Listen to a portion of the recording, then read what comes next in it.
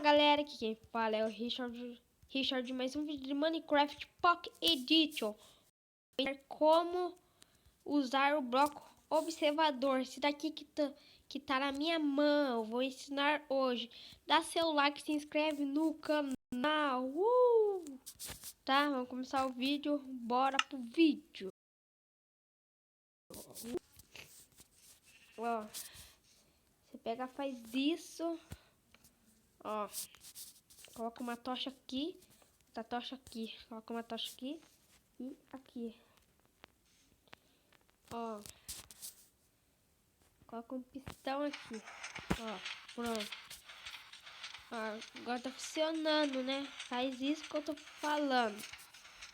Qualquer bloco, coloca o bloco, agora coloca o bloco observador aqui. Pronto, agora coloca aqui de o redstone.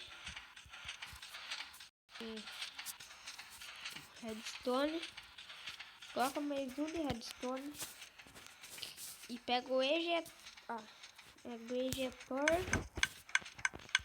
e coloca qualquer coisa, colocar bola de neve. Pronto, já tá, assim que funciona o observador, tá? Acabou a bolinha de neve, mas só colocar mais. Ó. Só encher de bolinha de neve. Só de novo. É assim que funciona. Pronto.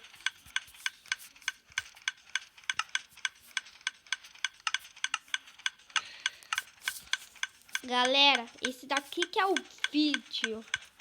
Se você gostar do vídeo, se inscreve no canal, dá seu like e falou.